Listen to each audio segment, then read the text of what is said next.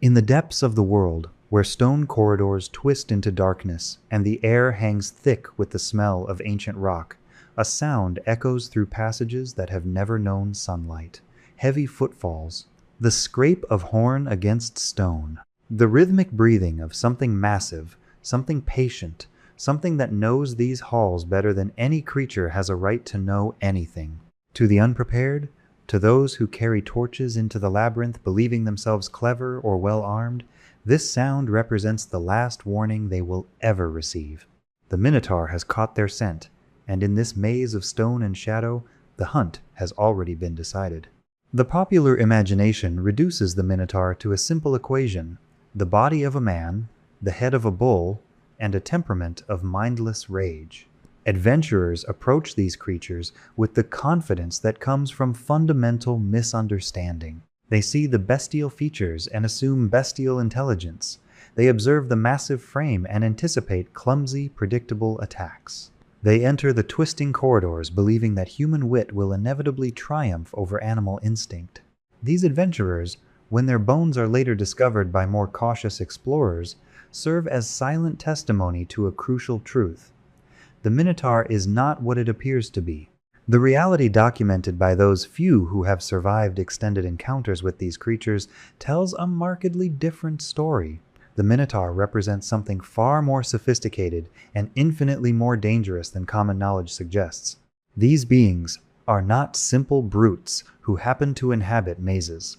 They are the undisputed masters of labyrinthine environments, creatures whose very biology has evolved to dominate the most complex three-dimensional spaces imaginable. They do not merely live in the Underdark's twisting passages, they architect them, understand them on a level that transcends learned knowledge, and weaponize them against any who dare enter their domains. The examination of Minotaurs requires the systematic dismantling of comfortable myths. It demands acknowledgement that these creatures possess capabilities that defy their outward appearance. A Minotaur standing 7 feet tall, weighing 700 pounds of muscle and fury, crowned with horns capable of impaling armored knights, this physical threat is merely the surface. Beneath the bestial exterior operates a mind shaped by evolutionary forces that most scholars cannot begin to comprehend. The Minotaur's intelligence may not manifest in scholarly pursuits or philosophical discourse, but in the one domain that matters for survival in the lightless depths, their cognitive abilities approach the supernatural. This exploration will trace the Minotaur from its cursed origins, through its remarkable physiology, into the heart of its territorial domains, and finally into the variants that demonstrate how this already formidable template can be twisted into forms even more nightmarish. The investigation begins not with biology or behavior, but with theology and divine punishment. For to understand what the Minotaur has become, one must first understand what forces brought such a creature into existence. The answer lies in the realm of the frost giants, in a goddess's deception, and in the terrible price paid when divine pride encounters mortal cunning. The creation story of the Minotaur race carries the weight of divine tragedy, a tale where deception begets deception until the innocent pay for the sins of their forebears. The origins trace back to Thrym, the primary deity of the frost giants, a being of immense power whose pride proved to be his exploitable weakness.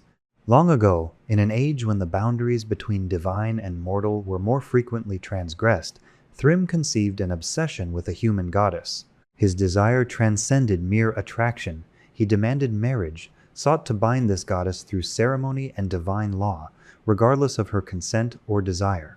The attempted wedding became the stuff of legend, though not for the reasons Thrym intended. The goddess's brother, displaying both cunning and courage, infiltrated the ceremony through magical disguise, presenting himself as the bride.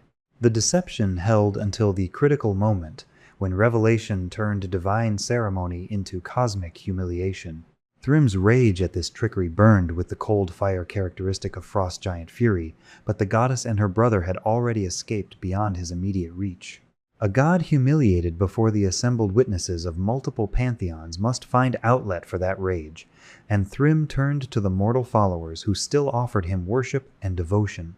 Among his worshippers dwelt a hill giant sorceress named Hagenti, a being whose magical talents exceeded her physical beauty by considerable margin. Hill giants occupy the lowest rung of giant society, viewed by their larger, more powerful cousins as barely worthy of acknowledgement. Hagenti understood the hierarchies that governed her people, and she recognized in Thrym's humiliation an opportunity. If the god sought consolation among his mortal followers, why should that consolation not come from her? The children of such a union would possess divine blood, elevating both herself and her offspring beyond the contempt typically reserved for hill giants. Hagenti's solution demonstrated the same cunning that would eventually characterize her cursed descendants. She employed powerful transmutation magic to reshape her form, transforming her squat, ungainly hill giant body into the tall, powerful frame of a frost giant female. The illusion held not just in appearance but in all sensory aspects: touch, scent, the very aura she projected. When she approached Thrym in this false form, the god saw only what she wished him to see: a beautiful, powerful frost giant worthy of his attention. The deception succeeded. Hagenti conceived and bore twin sons, children carrying the divine spark of their father in their blood. Years passed, and the children grew into young giants of considerable strength and potential. Thrym, in accordance with the customs of his kind, eventually undertook a journey to test all his scattered offspring. The strongest, the most worthy, would be invited to join him in Jotunheim, the divine realm of the giants. When his wanderings brought him to the warm lowlands where Hagenti had established her territory, Thrym found her in her true form, tending cattle under the southern sun. The beautiful, frost giant maiden existed only in memory and illusion. Before him stood a hideous hill giant female, displaying all the characteristics that giant society deemed contemptible. The recognition must have struck Thrym with particular force. Here again was deception. Here again was false beauty concealing unwelcome truth. His rage manifested as violence. He raised his great axe with clear intent to slaughter the creature who had dared trick a god.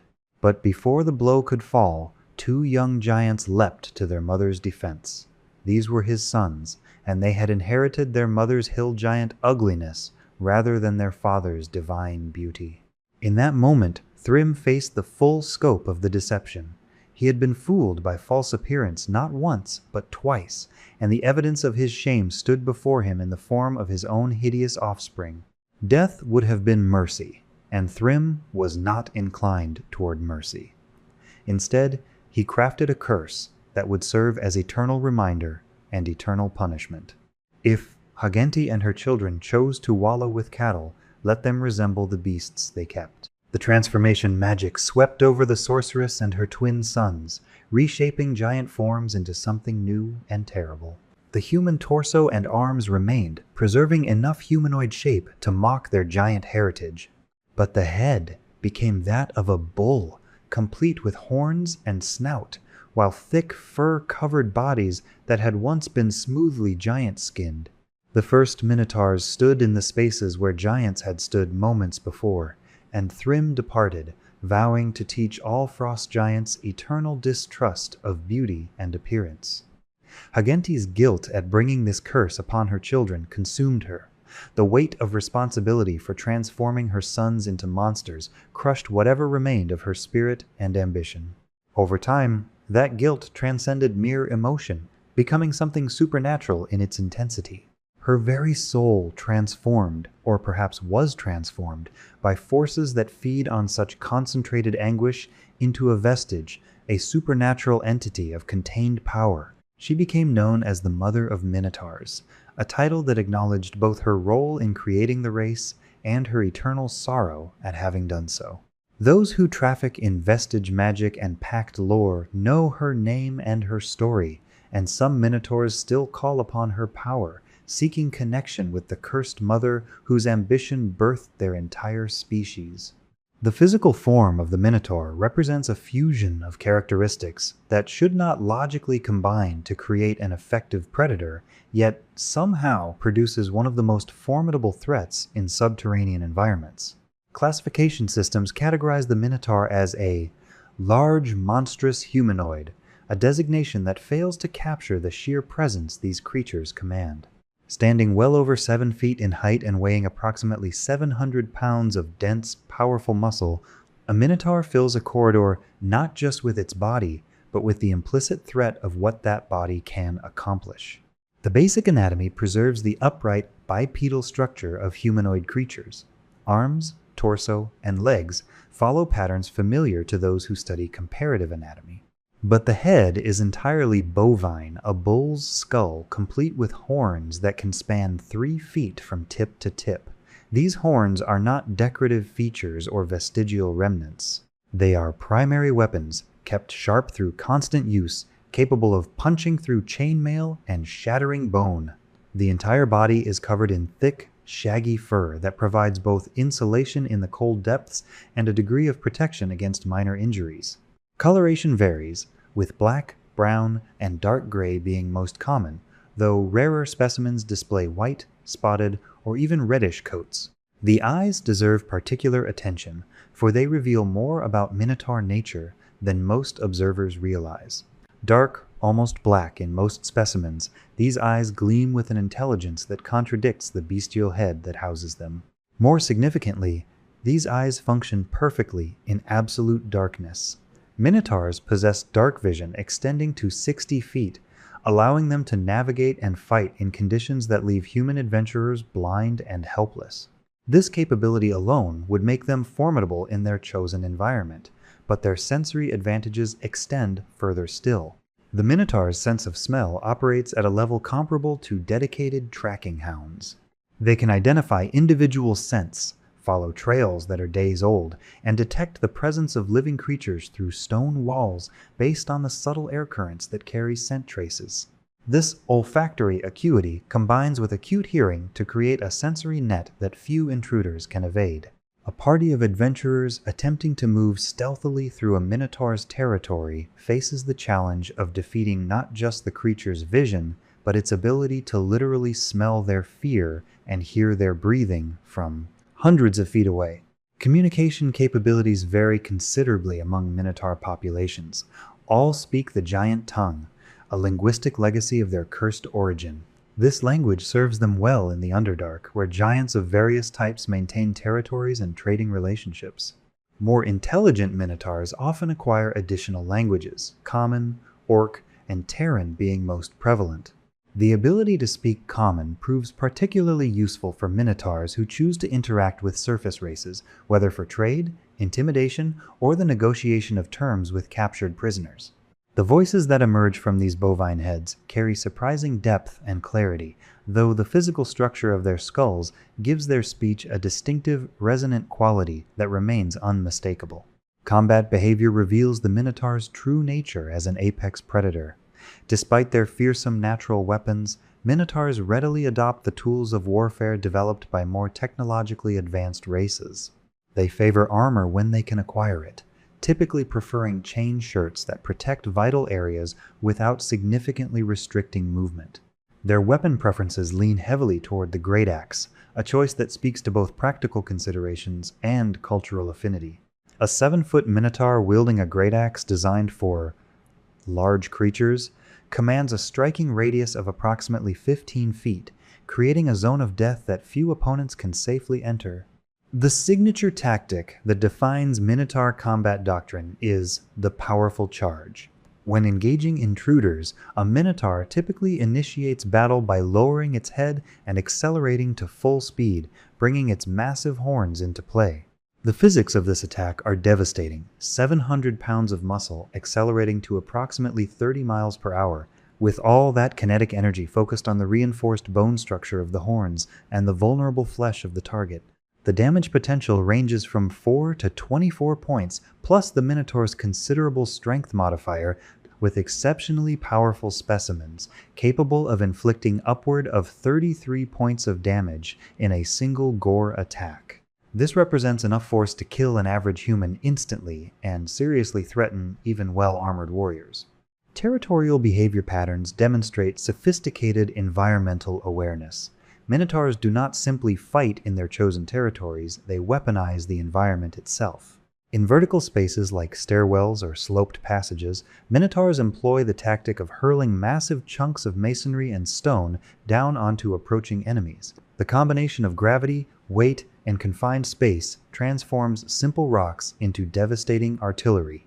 Adventurers ascending a stairwell to confront a Minotaur find themselves under bombardment from an opponent they cannot yet reach, forced to advance through a storm of stone while their enemy remains safely above, conserving energy and inflicting casualties before melee combat even begins. The most dangerous error an adventurer can make regarding Minotaurs concerns not their physical capabilities, but their cognitive ones.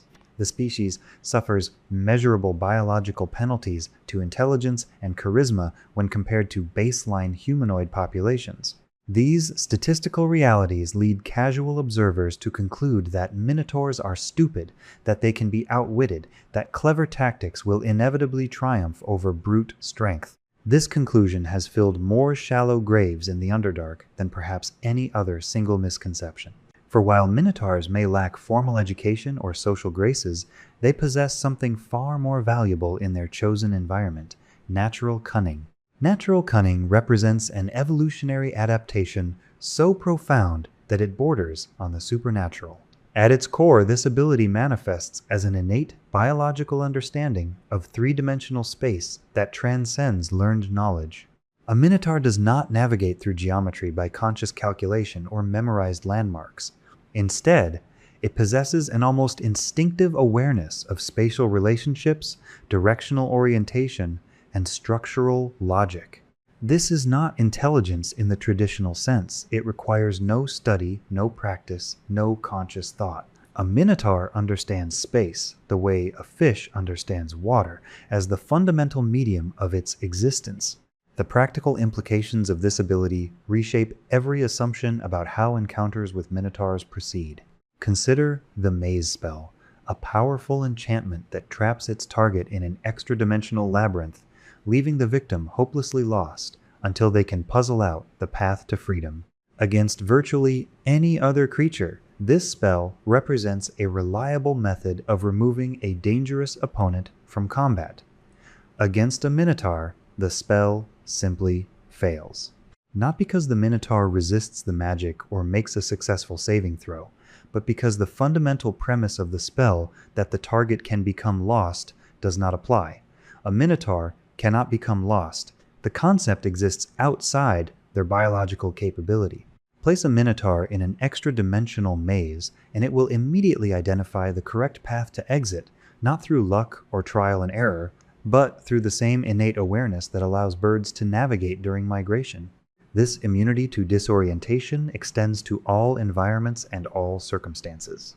A Minotaur pursuing fleeing prey through twisting subterranean passages maintains perfect awareness of its position relative to known landmarks, the distance traveled, the direction of travel, and the optimal routes back to any previously visited location.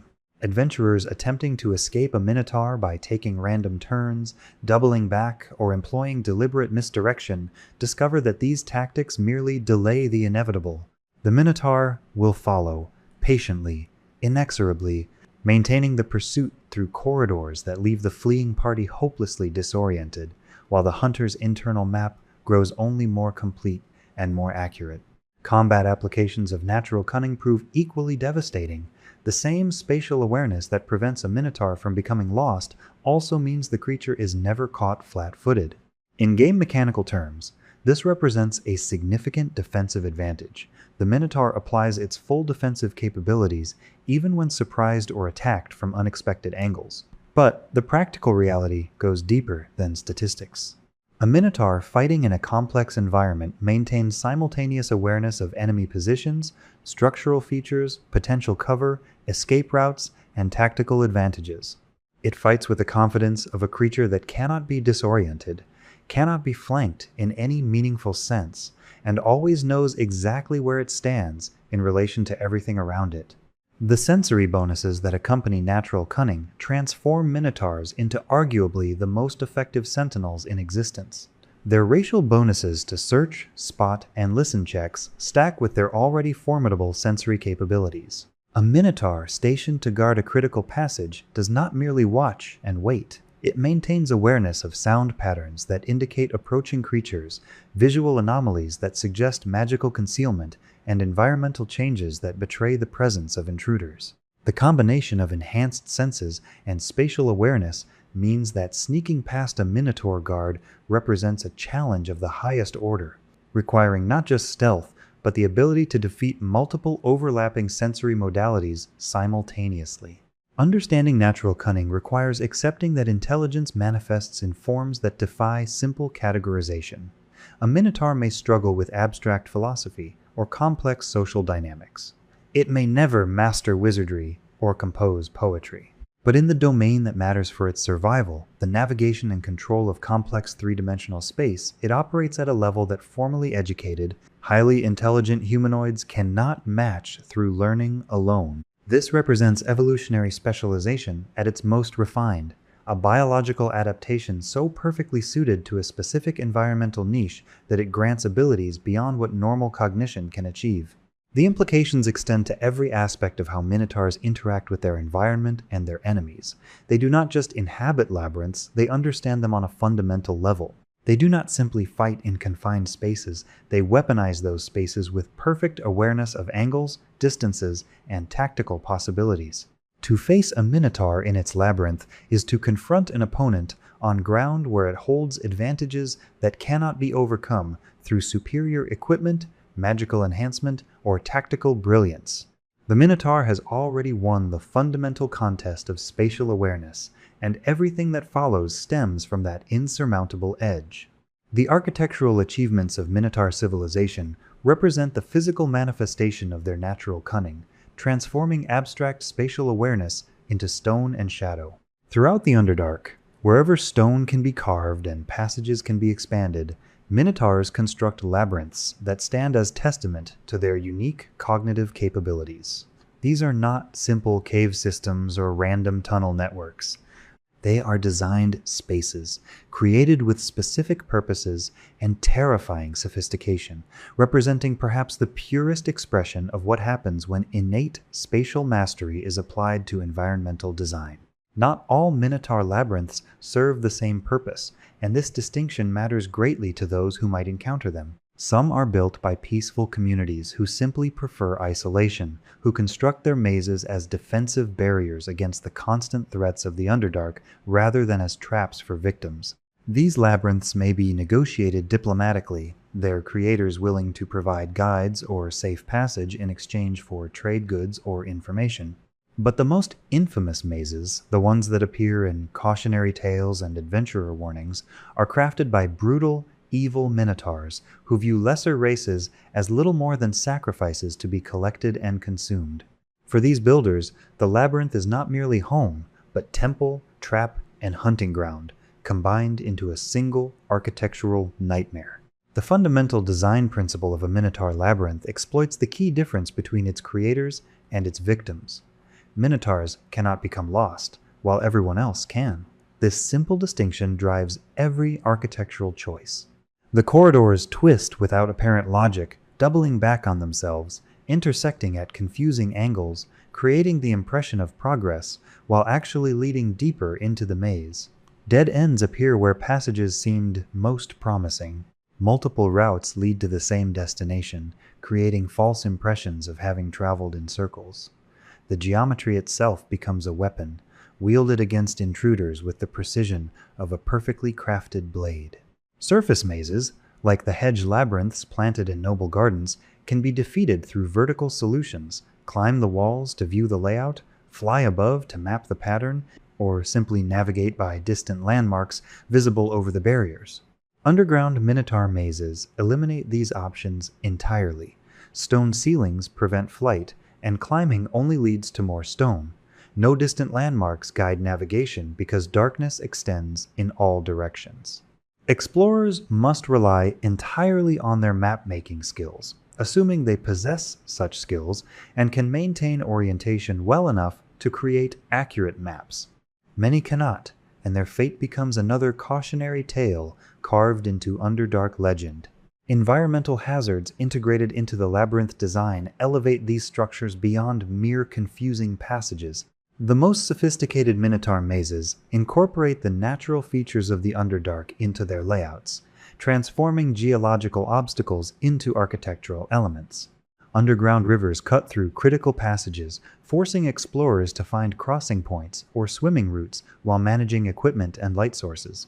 Deep gorges require careful climbing or the discovery of bridges that may or may not be obviously visible. Sheer cliff faces present vertical challenges in environments where most navigation assumes horizontal travel. Vast chasms drop into darkness, their depths unmeasured and perhaps unmeasurable, crossed only by bridges that themselves become strategic choke points. The construction methods employed to integrate these features demonstrate capabilities that surprise those who underestimate Minotaur engineering. Despite their classification as monstrous humanoids, Minotaurs prove to be sophisticated builders when motivated.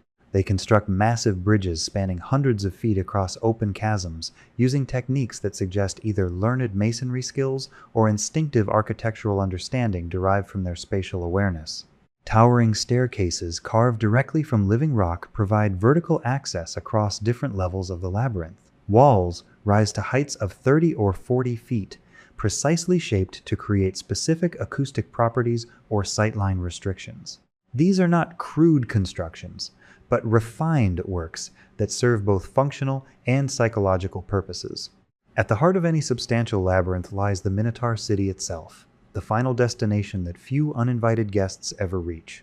These urban centers do not match the population density of human, elven, or dwarven settlements, but they display a durability and permanence that speaks to their builders' patient nature. Every structure is carved from solid stone, built to last centuries or millennia. The architecture follows aesthetic principles incomprehensible to outsiders, with buildings that seem to violate basic structural logic yet stand perfectly stable. The defensive design of Minotaur cities takes the labyrinth principle to its ultimate expression.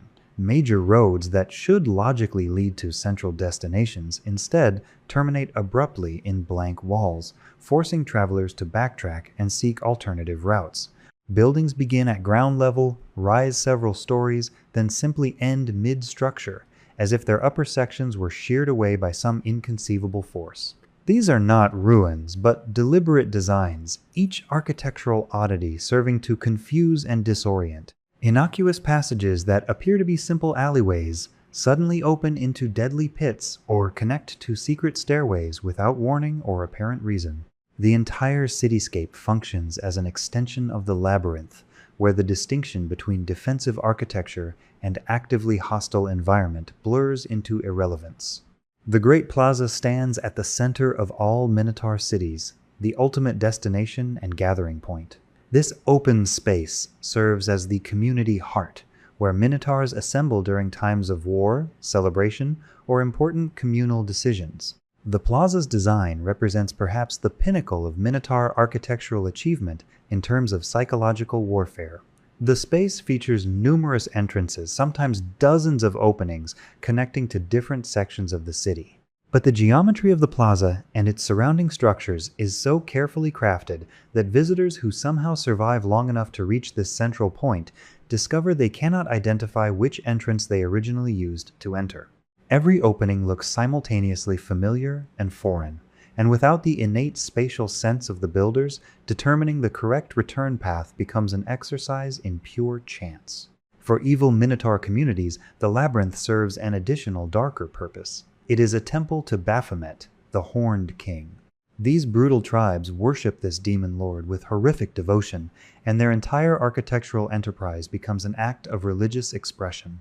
Near the heart of such mazes stand altars dedicated to their patron deity, structures that adventurers recognize immediately by the caked layers of dried blood covering every surface. These are working altars, regularly used for sacrificial ceremonies, and the grim evidence of cannibalistic feasts litters the area around them, bones picked clean, skulls arranged in precise patterns, remnants that were once people who made the fatal error of entering the labyrinth. The standard Minotaur template, formidable as it is, represents merely the baseline from which even more nightmarish variants can be developed. The multiverse contains forces planar energies, necromantic magic, divine curses that reshape creatures into forms that transcend their original nature. When these forces interact with Minotaurs, the results demonstrate what happens when an already dangerous predator is enhanced or transformed by supernatural power. Half-Earth elemental Minotaurs emerge in regions where the boundaries between the material plane and the elemental plane of Earth grow thin or permeable. These planar bleeding zones, often found in the deepest reaches of the Underdark or near specific geological features, allow elemental essence to seep into the material world. Minotaurs, who dwell in such areas for extended periods, sometimes absorb this essence, their bodies adapting to incorporate elemental earth into their fundamental nature. The transformation produces beings that retain the basic Minotaur form, while gaining capabilities that seem impossible for flesh and bone creatures. The most dramatic ability granted by Earth Elemental Infusion is the power to shape stone itself. Half-Earth Elemental Minotaurs can magically manipulate rock, softening solid stone into mud-like consistency, then reshaping it according to their will before allowing it to harden again. This capability transforms the already impressive architectural achievements of normal Minotaurs into something approaching the miraculous. A half-Earth elemental Minotaur can modify its labyrinth in real time, closing passages behind fleeing intruders, opening new routes to flank opponents, or creating barriers and obstacles that didn't exist moments before. The psychological impact of watching solid stone flow like water at the Minotaur's command cannot be overstated. It violates fundamental assumptions about the permanence of dungeon architecture. Combat capabilities receive similar enhancement. The powerful charge that makes normal Minotaurs so dangerous becomes even more devastating when executed by a half-elemental variant. The horns, infused with elemental earth essence, strike with kinetic force that transcends what mere bone and muscle can generate. These enhanced gore attacks don't just pierce and tear, they deliver concussive impact comparable to being struck by a boulder hurled from a catapult. The damage potential exceeds that of normal Minotaurs by significant margins, and the impact carries additional effects like stunning or knocking opponents backward with pure force. Armor that would adequately protect against a standard Minotaur's horns proves insufficient against elemental enhanced attacks. The Hivenist Minotaur zombie represents a completely different type of transformation, one born not from planar energies, but from the intersection of necromancy and natural processes. In arid desert regions, particularly those where ancient cultures developed sophisticated mummification techniques, the dead sometimes persist in forms that blend undead animation with ecological opportunism. When a Minotaur dies in such regions and subsequently rises as undead, its massive carcass becomes an ideal habitat for colonies of carrion-feeding insects. The resulting Hivenist Minotaur zombie is a horror that functions on multiple levels simultaneously. The base creature is a standard undead, a reanimated corpse driven by negative energy and necromantic compulsion. It possesses all the typical undead immunities and characteristics, including immunity to mind-affecting effects, poison, and the lack of any biological needs. But the zombie serves as merely the mobile container for its true threat, the thousands of flesh-eating scarabs that have colonized its body. These grave scarabs, each individually insignificant, collectively transform the zombie into a walking hive. They nest in the hollow spaces where organs once resided, burrow through desiccated muscle tissue, and crawl freely across the exterior surface. The sight of a Hivenist Minotaur zombie lurching forward, its fur and flesh visibly writhing with insect movement, tests the resolve of even experienced adventurers. But the visual horror represents merely prelude to the tactical nightmare that engagement creates. Melee combat with a Hivenist Minotaur zombie forces combatants to contend with multiple simultaneous threats. The zombie itself retains the physical power of the Minotaur frame, though undead animation provides strength driven by negative energy rather than living muscle. Each slam, attack, or gore delivers significant damage, but striking the zombie in return produces consequences beyond simple combat exchange. Physical impacts, sword blows, hammer strikes, arrows sinking into rotting flesh physically disturb the scarab colony. The insects, agitated by the violence, erupt from the zombie in a swarm that immediately engages whoever delivered the attack. These flesh-eating scarabs function as their own distinct threat. A swarm of hundreds or thousands of biting, tearing insects can strip flesh from bone given sufficient time, and their attack provokes a primal revulsion that rational combat discipline struggles to overcome. Suddenly, warriors must divide their attention between the still attacking zombie and the scarab swarm covering their bodies, seeking entry points in armor and clothing. The tactical calculus becomes nightmarish. Not attacking the zombie allows it to strike freely, but attacking provokes more swarms. Ranged combat offers only limited advantage, as arrows and bolts still disturb the hive, and eventually, the zombie closes to melee range regardless. The case of Thoklo demonstrates that the Minotaur form sometimes serves as punishment rather than natural state. In the city of Oabol, an establishment known as Skulls New and Used occupies a shadowed corner, dealing in the peculiar trade of adventurer relics recovered from those who died pursuing glory in dangerous ruins. The proprietor, Thoklo operates his business with a combination of intimidation and surprisingly fair dealing. Customers entering the shop find themselves confronting a full Minotaur, complete with massive horns and 7-foot frame, engaging in commercial negotiation with the grumbling pragmatism of a career merchant. Thoklo was not born to this form. Decades ago, he was human, a fighter of some skill and considerable ambition. That ambition led him to cross a wizard whose power he underestimated and whose vindictiveness he failed to anticipate. The magical punishment was precise and ironic transformation into the shape of a Minotaur, that legendary monster associated with mazes and mindless rage. But the wizard's curse preserved Thoklo's human mind and personality, trapping his consciousness in a body designed for an entirely different kind of existence. Rather than succumbing to despair or seeking impossible cures, Thoklo adapted.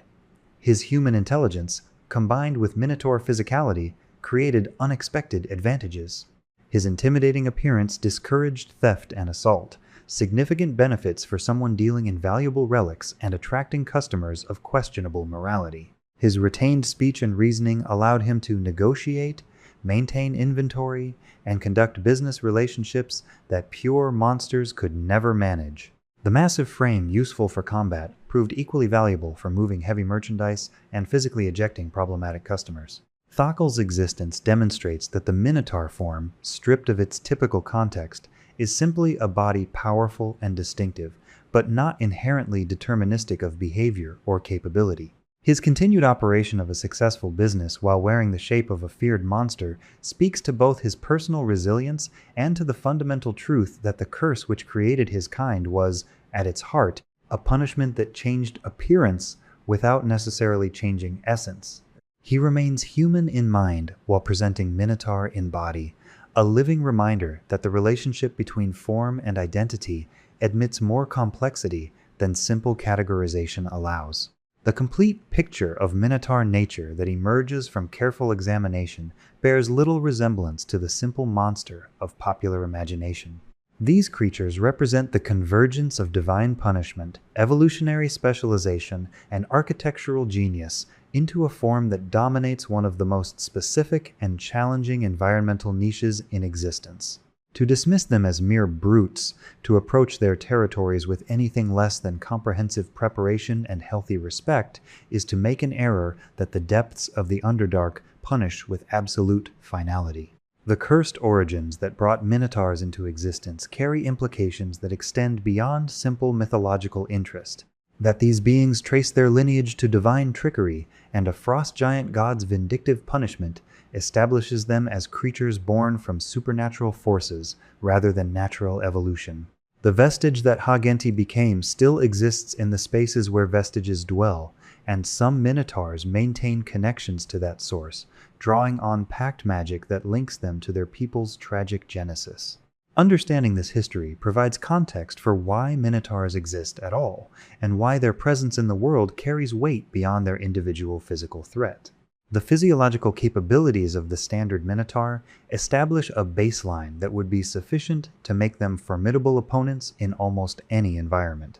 700 pounds of dense muscle, horns capable of impaling armored warriors, sensory capabilities that function perfectly in absolute darkness. These attributes alone would justify cautious approach. But physiology tells only part of the story. The combat doctrine of initiating with devastating charges, the willingness to use environmental features as weapons, the preference for heavy armor and great axes when available, these tactical choices demonstrate that Minotaurs approach violence with sophistication rather than mindless aggression. Natural cunning transforms the Minotaur from formidable opponent to apex predator within its chosen environment. This innate spatial awareness operates at a level that learned skills cannot replicate, granting advantages that no amount of training can overcome. The implications reshape every assumption about how encounters proceed. Standard tactics for dealing with powerful but stupid monsters lure them into traps, confuse them with illusions, to escape through complex routes they cannot follow, fail completely against creatures that cannot be lost, cannot be truly surprised, and understand their environment better than any mapmaker or architect. To enter a Minotaur's labyrinth is to fight on ground where the opponent holds advantages so fundamental that they approach the insurmountable. The architectural legacy of Minotaur civilization stands as physical proof of what natural cunning can achieve when applied to environmental design. These labyrinths are not accidents of geology or simple cave systems. They are crafted spaces that weaponize confusion and disorientation, turning the basic human need for spatial orientation into a vulnerability to be exploited. The integration of environmental hazards, the construction of massive bridges and staircases, the deliberately maddening geometry of Minotaur cities, all of this demonstrates capabilities that contradict the assumption of limited intelligence. A creature that can design and build such structures is not stupid, merely specialized in directions that formal education systems fail to recognize or value. The religious dimension adds another layer to understanding Minotaur society, at least among the evil factions that worship Baphomet. For these communities, the labyrinth transcends practical function to become sacred space, and the hunting of intruders transforms from territorial defense into religious practice.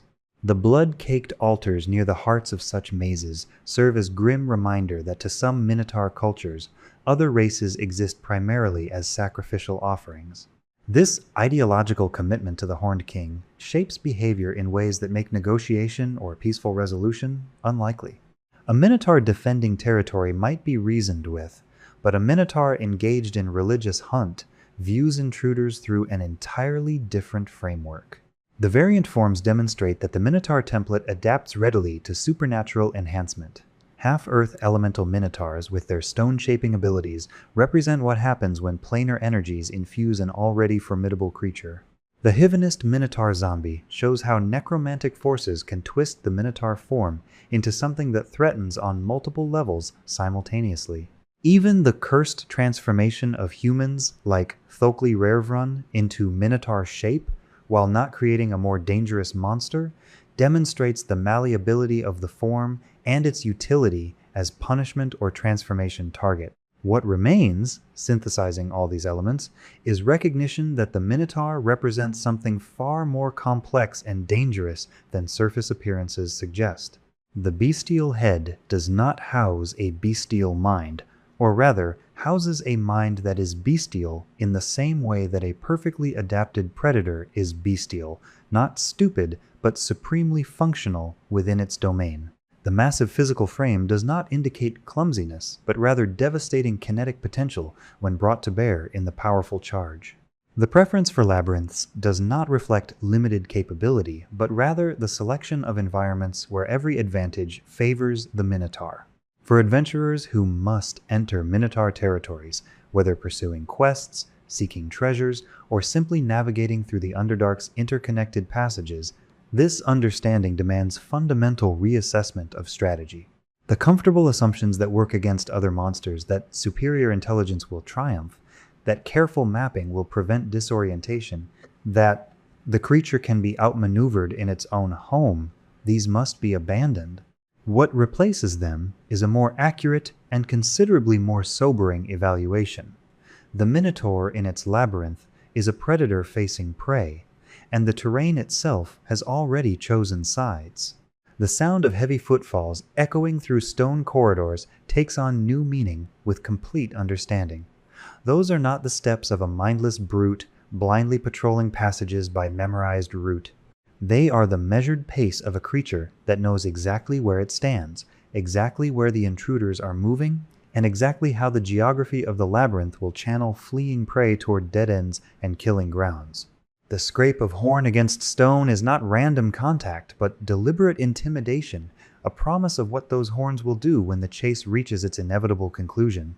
And the rhythmic breathing carries the patience of a hunter that cannot be escaped through cleverness, because it possesses advantages that transcend outsmarting. The Minotaur endures in the depths, master of the maze, architect of confusion, and living embodiment of the truth that nature's cruelest designs often hide behind appearances of simple brutality. To understand them completely is to recognize that entering their domain represents one of the most dangerous gambles available in a profession already defined by mortal risk. The labyrinth awaits, twisting in darkness, and somewhere in those passages, the sound of hoofbeats marks the beginning of a hunt where the outcome was determined before the first torch was ever lit.